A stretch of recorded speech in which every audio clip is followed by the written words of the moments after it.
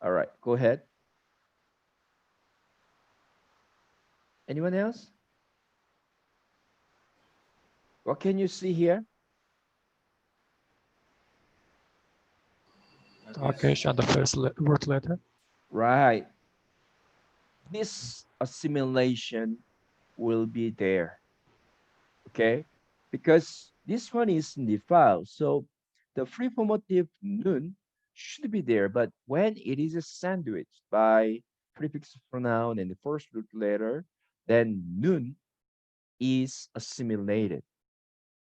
Right. So we can expect assimilation, the dagesh, where in the first root letter. That is the most important indicator. Okay, and then you also need to pay attention to this hirek, okay, under the prefix pronoun. So let's just think this way. This one must be ni file, so it's ni, okay, and then the file, so er, so we have comet.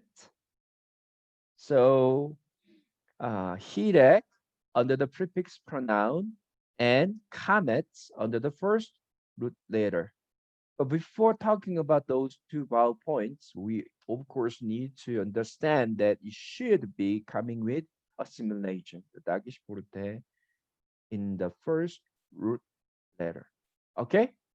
Um, Now I have a question for you. If the dagesh forte is such an important indicator for the prefix form, then there might be a challenge for us to recognize some types of weak verbs. Of course, what is your concern? Anything that you can tell me?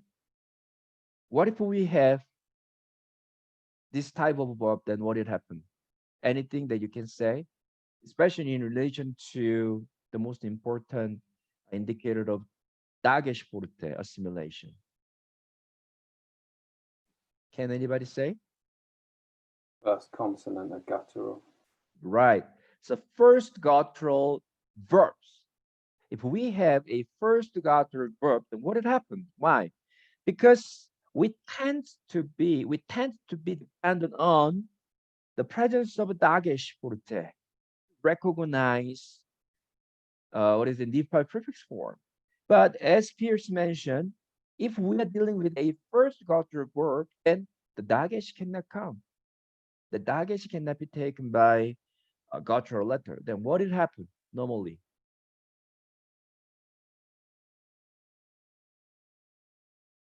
We call it Lengthening.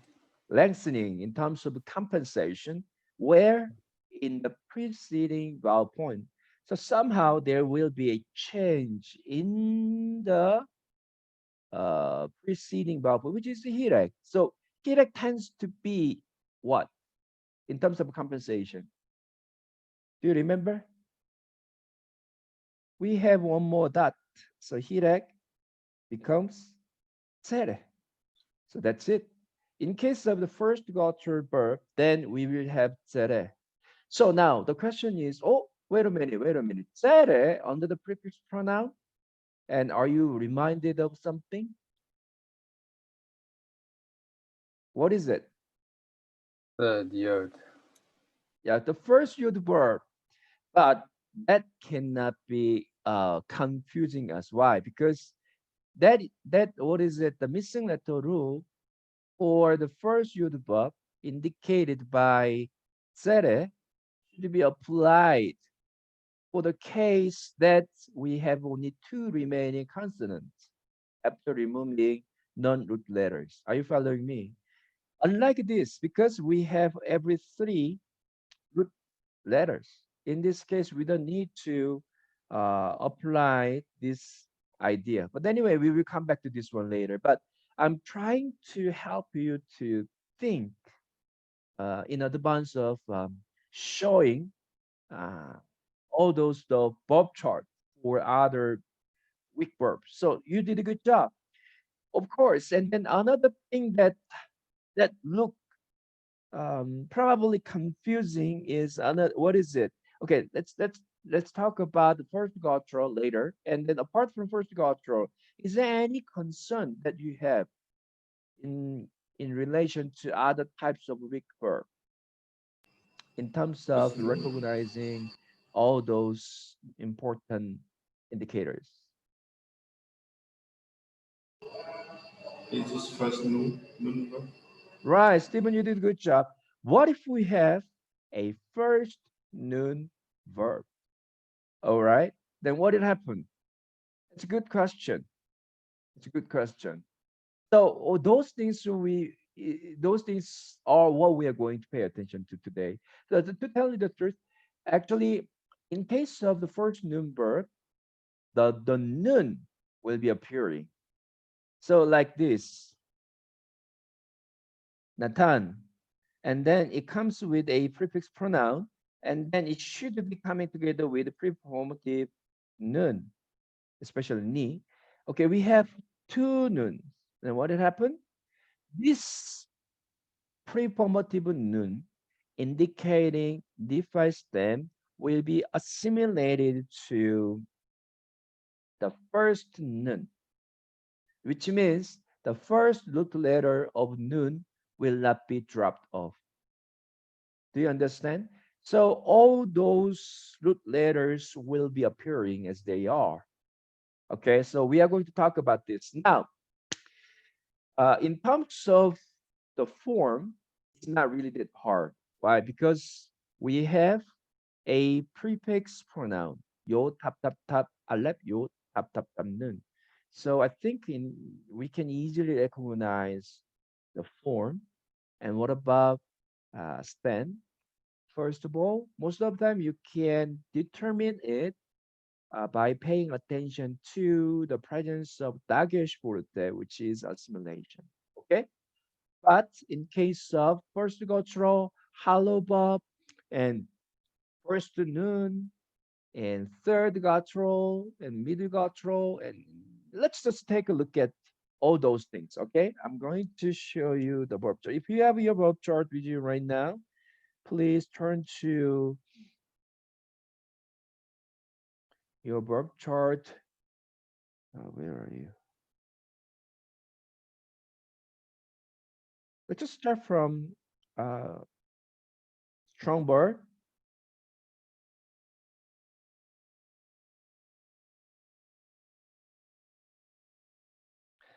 We are dealing with the file and prefix form. Okay, look at this.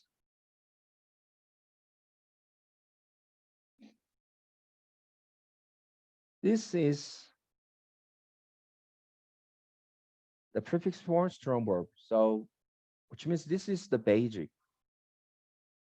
As you can see, we have prefix pronoun and hirek except one C S G. So this one happens because of Aleph. Okay, Aleph wants to take Segol instead of hirek. So, but most of the time it works. And as you can see that the most important indicator must be assimilation. And as I said, you need to also pay attention to comment. Okay. So then let me move on. Let's go. First lateral. Where are you, Difa? Oh, yeah, here. Prefix form.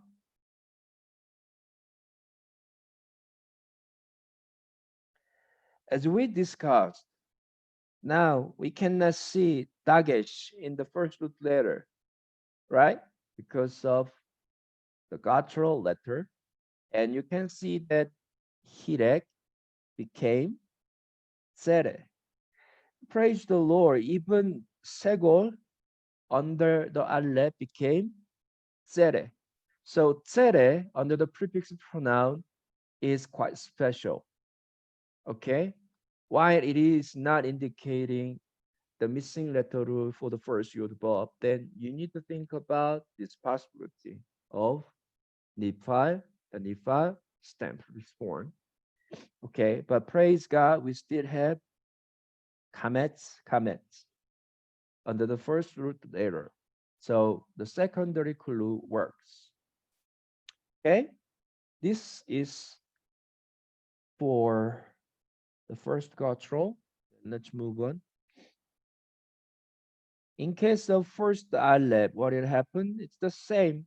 So you can see it says in Nephi here, second one. As you can see, it's identical as first guttural. Sometimes first Aleph differentiate its indicators sometimes, but in this case, it's the same. So you just consider it as one of the first guttural. Let me move on. Okay, first yod. First yod verb is quite special one too. Um, when it comes to a change of a first yod verb, when it is attached to something special, like preformative he or polyformative nun, for the Hebrew stem or the fast stem, then the first yod verb actually tends to be replaced by vav. Do you remember this? The first yod verb is usually replaced by vav. So this is what is taking place here again. So as you can see, the five prefix form for the first yod verb, what can you recognize there? What can you recognize? We have vav. It's not shurek. Why? Because it is coming with a vowel form, right? Then that means the shurek cannot be a vowel. So it should be vav, consonant vav, and it takes dagesh. Why? Because it indicates the assimilation nun. Okay?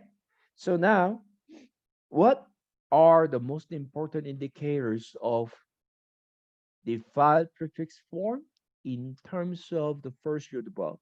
Number one, the yod will be replaced by vav. Can you see that? And then assimilation will take place again. So this is quite special one, okay, unique way. But there seems to be a constancy in terms of the fact that the yod will be replaced by vav. Okay, so that's it. And then hirek under the prefix pronoun, kamet under the first consonant of the verb still work, right? So that's it. So when it comes to the diagnostic of first Udubum Nephi prefix form, the most important thing is vav with assimilation, replacing the first yod. Okay, let me move on.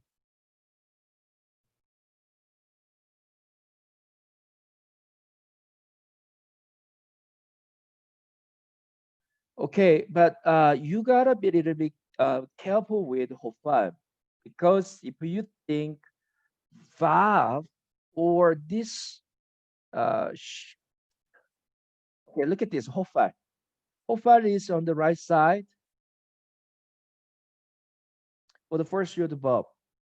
As you can see that in the beginning, after the previous pronoun, you have this one, and it looks similar, but this one is what?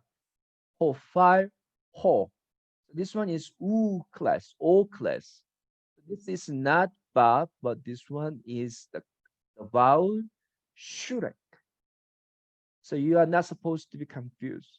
So for the Hofar stem of the first yod verb, then it will come with should, but it looks confusing as if it is verb with assimilation. But how are you going to see the difference between them?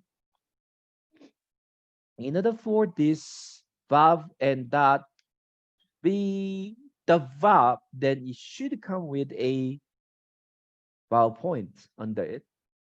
And this one cannot be the consonant sound because it carries no vowel pointing. In that case, this should be a vowel. Are you following me? So, but I'm trying to remind you of the other case that we may have verb or should replacing the first yod. Is that clear? All right. And then let's move on. Yeah, that was the indicator of first yod verb. Okay, now let's look at first to noon, and you need to look at this.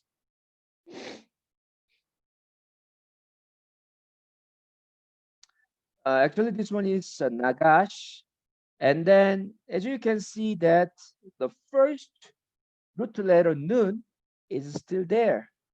Why? Because we are supposed to have the noons, two noons actually. One is for the defined preformative noon, and then the second one is the first root letter of noon verb, first noon verb. Now, what is assimilate is preformative noon for the Nipa stem. So that means the first root letter of the noon is still remaining here, since the assimilation already took place for the defined stem. So now, looking at this, don't be confused. Although it looks a bit strange, to see the noon in the word without having assimilation. It is possible because of defined stem. So now you take everything as usual, right? You have first root letter, which is nun, and nagash, and it's strange that assimilation is going on in the first root letter. Then it still carries the same idea for the strong bond. What is that? It should be defined stem because the assimilation indicates defined stem. And hirek, and the second vowel point, I need to say the vowel point under the first root letter is kametz. Is it clear? So now, although it's quite unique, but it's still as the same as strong verb. Okay. All right. Let's move on. Middle guttural, the same.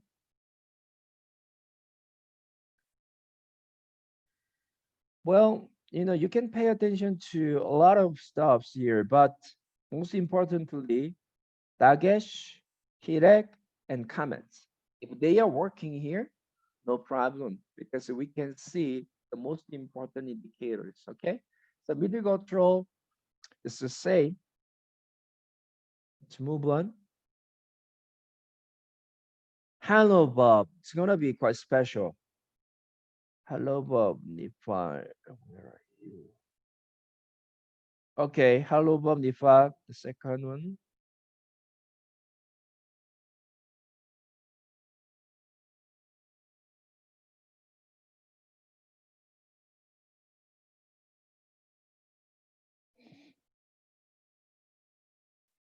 What can you recognize? What indicators? What special indicators can you recognize? Most importantly, assimilation, okay? And then hirek under the prefix pronoun. Those things are still there, but you need to pay attention to the fact that the second root letter is replaced by holem plene. So everything is holem, holem, holem, holem plene. Can you see that? So you see holem plene between the first and the second together with hirek, then you need to think about this possibility of nifal. And also, you need to pay attention to this. In case of U class, and it will come with, even in the custom, Holland, planet. So the fact that the middle little letter is replaced by Holland planet itself alone cannot be the indicator of the first stem. So you have to make sure it comes with assimilation. So assimilation is going to be the number one principle. Okay. So now, although you cannot remember everything, you have to remember this assimilation to recognize the Nephi prefix form. Then it will generally work. It will generally help you. So the vowel point is different between them. Of course, this is hirek and tzere. But anyway, let's move on. So now, if you have to summarize your lesson here for the hollow word, what do you need to uh, remember? First of all, assimilation, okay, and then hirek under the prefix pronoun, and importantly, the second root letter will be replaced by holem plene. Okay, and don't be confused with the indicator of first yod verb.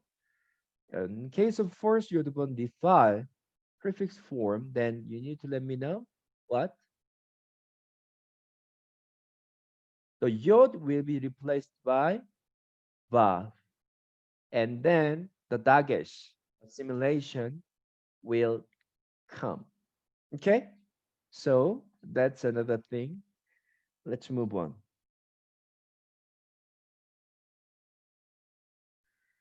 Terminates.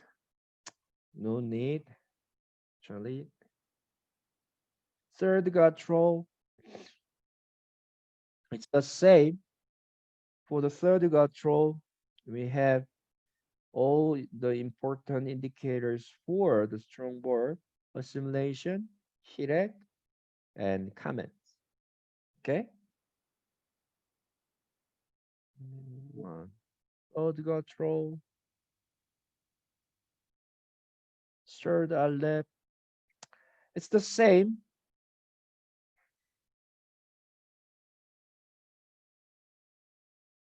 So we have this one, direct assimilation comments.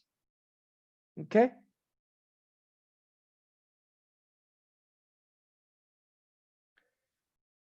Third aleph. In case of third aleph, it just affects the preceding PowerPoint here. It's supposed to be tzere, but it became sego. But you don't need to even try to memorize this. Just pay attention to assimilation, hirek, and comments. So number one, remember assimilation. And number two, hirek under the prefix pronoun. Why is this so much important for us to remember the hirek under the prefix pronoun? Because you need to know the basic form of the strong verb so that you will know what it happened for the first guttural verb. Then you need to understand the assimilation cannot come for the first guttural. Then the preceding vowel points of hirek should be compensated to become zere. That's it.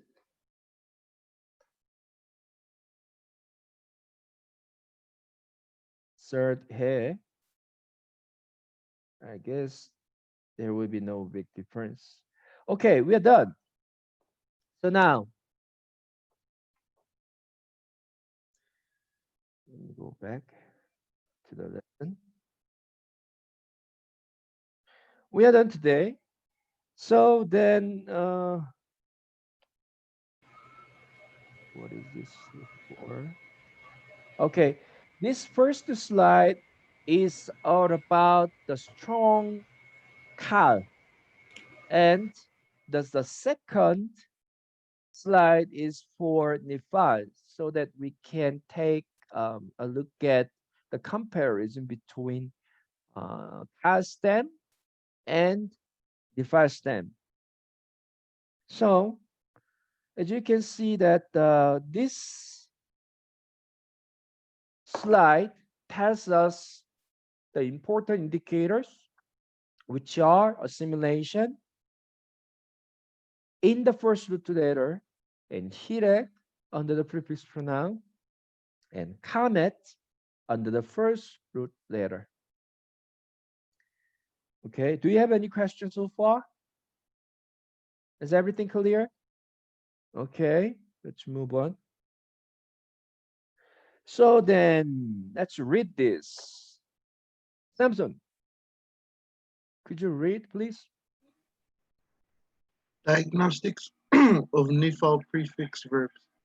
The diagnostics of strong verbs, page 432, and third guttural verb 444.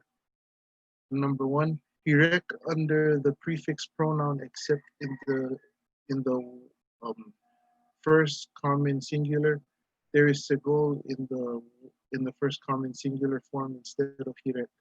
Number two, dagesh forte in the first root consonant is the nun of the Nephal stem performative. It has been assimilated into the first root consonant of the verbal root. And number three, commits under the first root consonant in every form.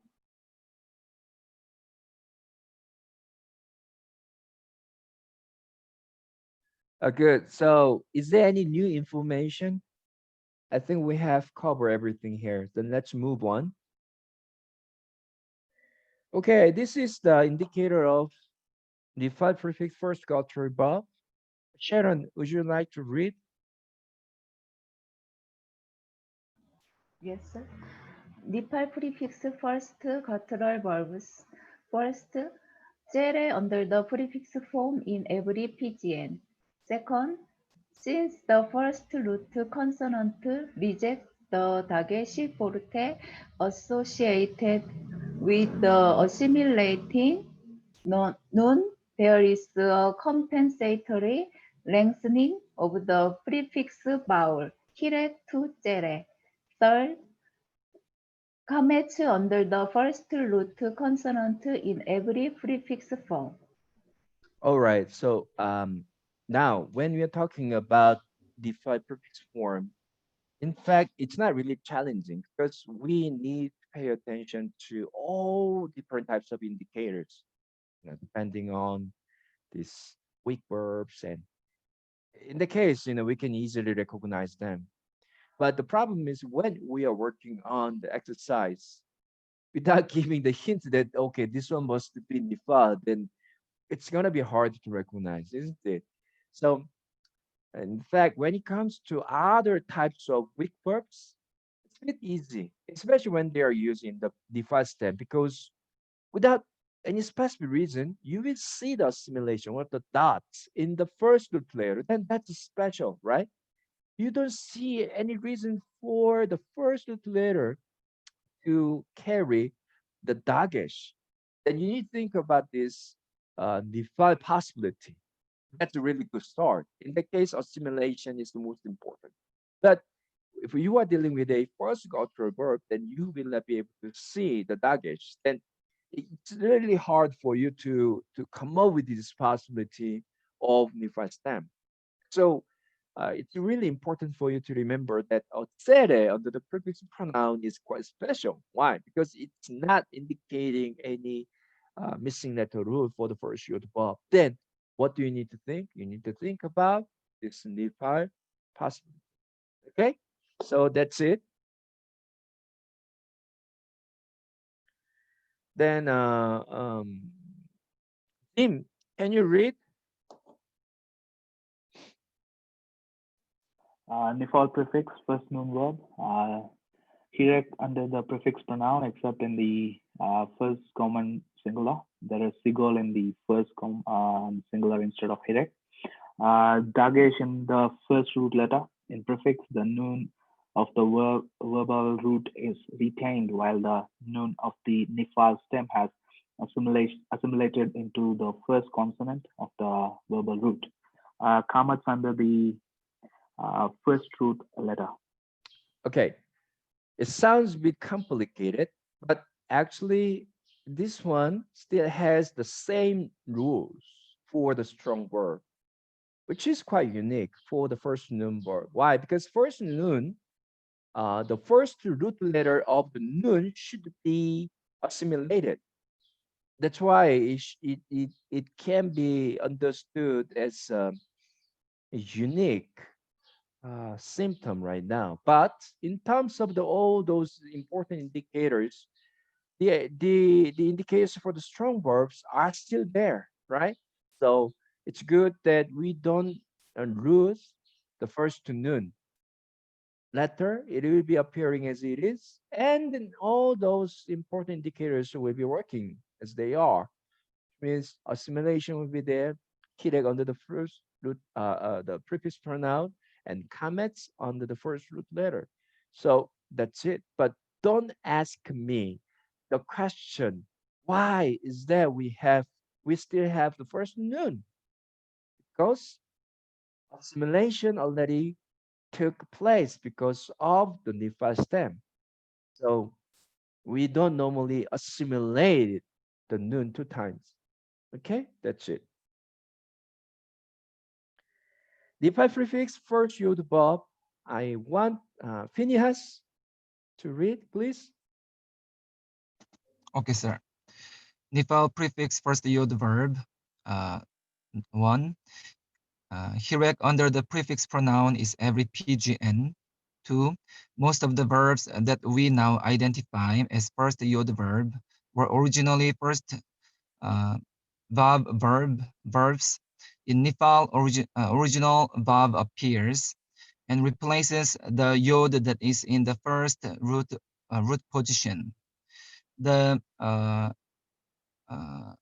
shurek appears as the first root consonant with the dagesh forte, representing the assimilated noon of the nifal stem.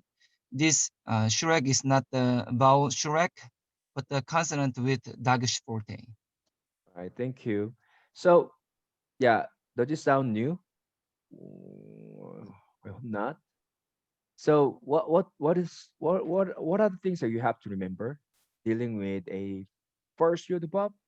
So, when a first yod Bob is used in the other stems, not in the car, and we can normally see that the first yod verb is replaced by vav.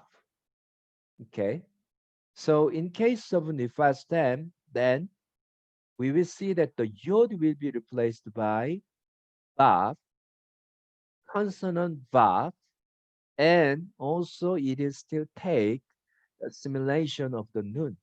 So vav and that looks like shurak, but it's a vav together with dagesh. So that's the most important indicator. And also still need to remember two vowel points under the prefix pronoun and the first root letter. So they are hirek and comments. So when you're confused, and please remember ni par, ni par. Actually, for the affixed form, it is meant to be ni pu ar. You remember? So hirek, shua, and pata, right? But the name sounds still works there for us to recognize a fixed form. But in case of prefix form, you just stay with the ni al. So e al. Okay. So the first sound under the prefix pronoun is the hirek, and then a sound of ka, hamets. Are you Are you following me? Do you understand what I'm saying? So in terms, the fourth, because now we're talking about these vowel points, and then we can easily recognize them because everything is about Nepal, right? And everything is a Hira comments. But the thing is, when we are mixed up with other stuff, then it's so much hard to remember those. So, and please try to remember the name sounds, then you will be able to easily remember. Oh, okay, Hirek and comment. Move on. All right. Romero, could you read, please?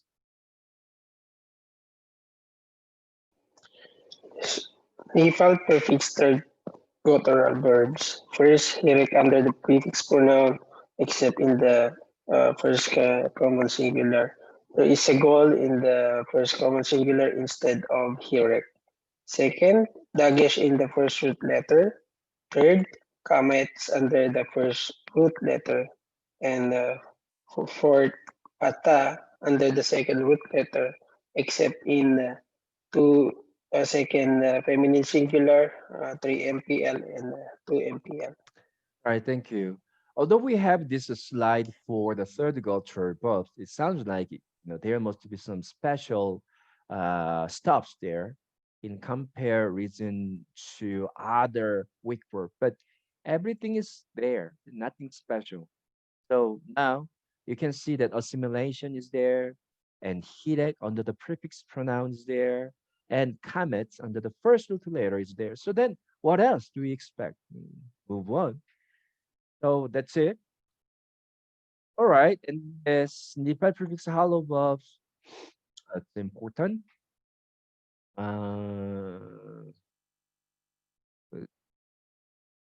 trying to read. Amos, can you read? Yes. Nifal prefix hollow verbs. 1. Hurek under the prefix pronoun except in the first common singular. There is a go in the first common singular instead of Hurek. 2. Dagash in the first root letter. Number 3. No vowel under the first root letter. And number 4. Plain holem between the first and third root letters. All right. So I think hollow verb is a bit hard, but still the important indicator of Agesh Forte in the first root letter is there. And then the second root letter will be replaced by plane holem, holem plane. I think this is what you have to remember. Okay. But even if you cannot remember this holem plane between the first and the third root letters, it's gonna be really strange that the verb carries baggage in the first root letter. And what is the reason? Why? You need to think about, oh, that could be assimilation. Okay, why is that? We have assimilation. Huh? Then you think, okay, then could be Nifa.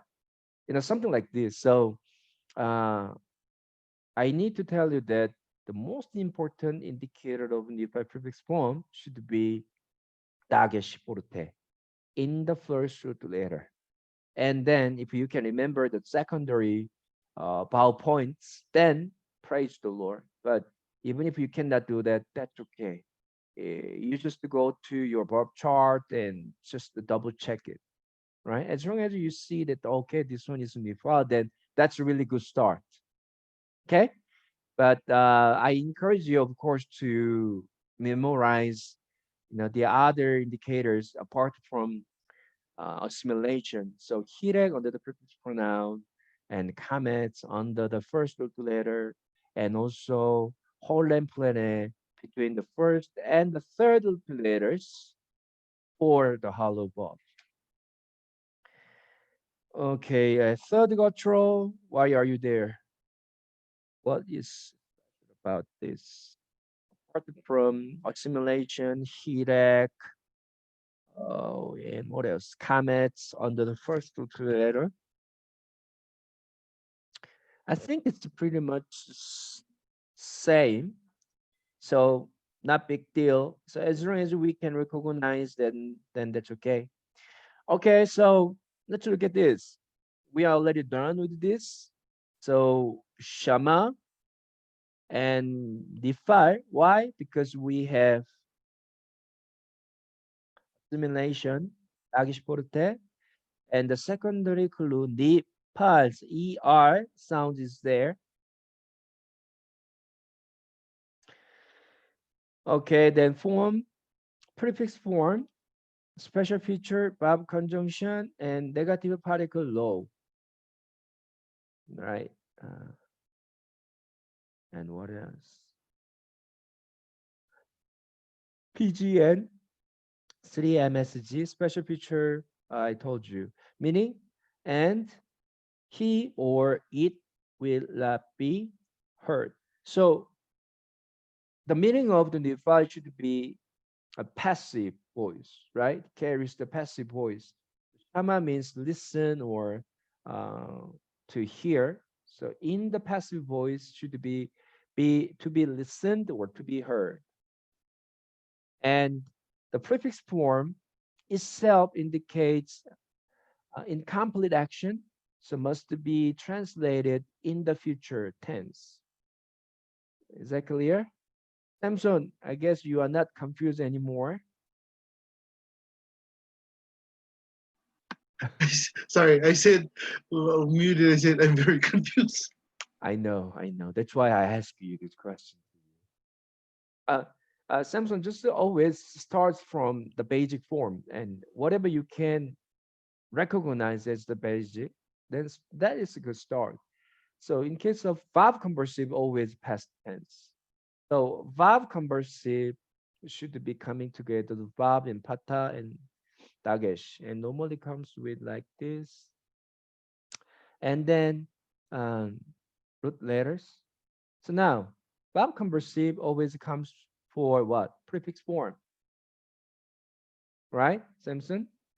And then verb Yes, sir. conversive is past. So now the question is, okay, what about without verb conversive? Take it out, and then it should be future. So if you remember this, only verb conversive, that's that's that's okay. And you can just start with verb reversive for a fixed form, right? And this one is future. And with the verb reversive, then what will happen? So it always starts Pass. from the basic form, and you will not be confused. Okay, let's move on. Translation. Okay, so velo shama ba otko beki, and the voice of weeping will not be heard in her it again. NIV, the sound of weeping will be heard in it no more. NRS, no more shall the sound of weeping be heard in it. AJB, and the voice of weeping shall be no more heard in her. Okay, so Professor Labaya. Yeah. Our assignment is page 216, number 1, number 2, number 3, and number 5. 1, 2, 3, and then 5. Okay, good. Yeah. Do you have any question today? I think it was quite straightforward. So it's going to be important for you to put those knowledge into your what is the exercise so that you will see if you clearly understand everything that you've learned today. I know there is tendency when you are working on your assignment, then you tend to quickly jump into the conclusion. Okay, where is Nifa? Everything must be Nifa. In that sense, it's not really helping. But you need to start from zero. Okay, although you think okay, most of them are related to Nifa stand, then you just forget about it as if you are dealing with a translation quiz. Even when you are doing your translation quiz, and it's quite usual that you know what you just learned last week will be appearing in the translation quiz. But in your final exam, for the translation quiz part, actually, it did not work that way. So start and then try not to remember the fact, oh, this one was about the file. Just to forget about the lesson and just start from zero, as if you are dealing with new stuff here. Then it will somehow help you to review, mm, help you to exercise what you have studied. Okay. So now we have covered the file stem in terms of a fixed form. Okay. And then we are done with the prefix form today. And we will turn to imperative form. And have we covered this? What is it? Covered participle? Have we studied participle form? I mean, in terms of nifa, have we studied? Yes, we did, sir. But sir, I have a question. Okay. For Nifal participle, how should we translate? Or yeah, how should we put in the meaning Okay, good in the verb question. chat? Verb chart. In the verb chart. Okay, in case of, let's say, shama participle, then just to put it like, you need to put as ongoing action should be ing form, and then the passive voice should be there. So then b e I n g, being heard. In case of shama, used in the nifa and the participle form, then the passive voice would be what? Be heard, right? But you need to put and what is it? Ongoing simultaneous action. Then it should be being called for the just meaning of the analysis table. Okay, good question, Chompy. Thank you. So then, okay, we are done with a fixed form, prefix form, and participle form. So we will only need to deal with imperative form and infinitive construct and absolute in terms of the NIFA stem.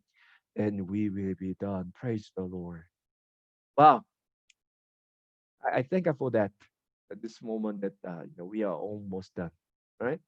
And I want to tell you, it's okay that you, even if you cannot remember everything, what is really important?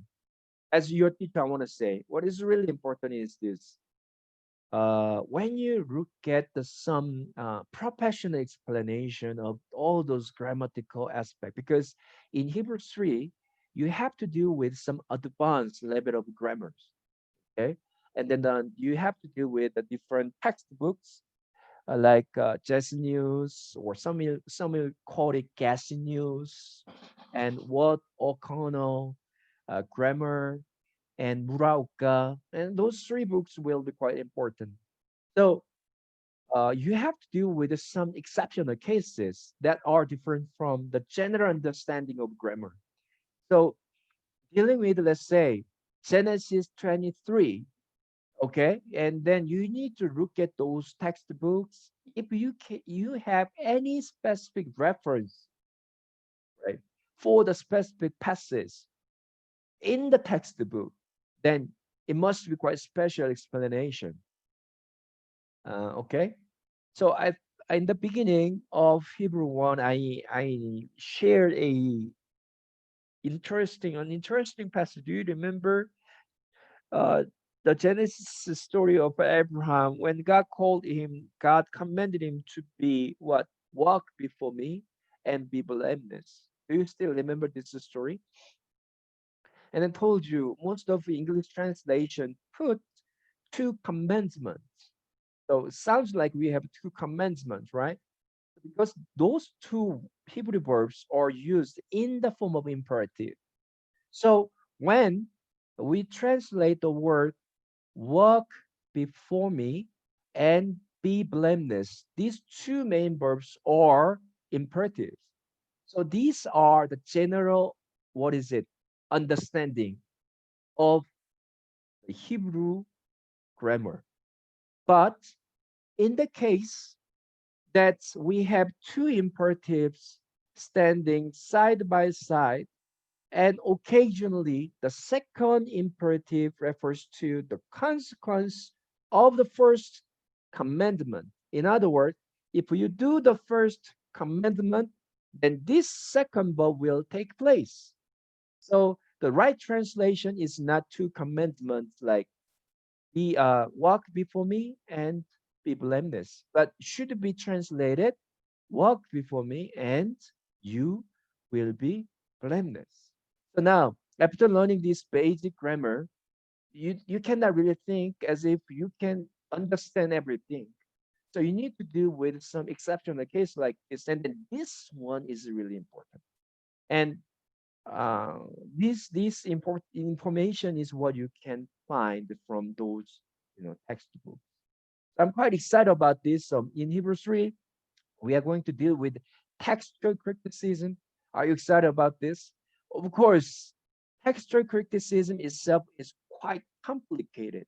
What is it about? Because we have many manuscripts, right?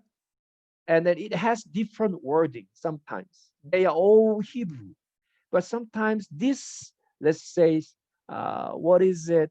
Targum has this word, while this version of manuscript doesn't have it. And the question is, okay, they are the Holy Bible. Then how come is that this manuscript has this word and this manuscript doesn't have it? And what is right? What is the words of God? This is all about the effort to see which is the original wording of the word. That's all about textual criticism. We will deal with it in high advanced grammar, and we will also need to deal with the syntactical analysis to see the mapping of the thematic, aspect in terms of grammar. So you will enjoy it, and it will directly affect your understanding of a certain passage. Okay, so I'm quite excited about this, and this is gonna be the most important moment for you to realize that, oh, I have studied Hebrew 1 and 2 for this one. So as long as you can understand what it means by this explanation of Hebrew grammar, then that's it. Of course, you will be asked by Dr. K. Fountain to read the certain passage. It could be either Esther or Ruth. So you need to read and you need to analyze every single words there and then translate it. So somehow the basic understanding of grammar and must be in your brain, but you can still manage it. All right, so I'm quite excited to continue our journey with you. So don't say like this, oh, I forgot some parts, but it's still okay.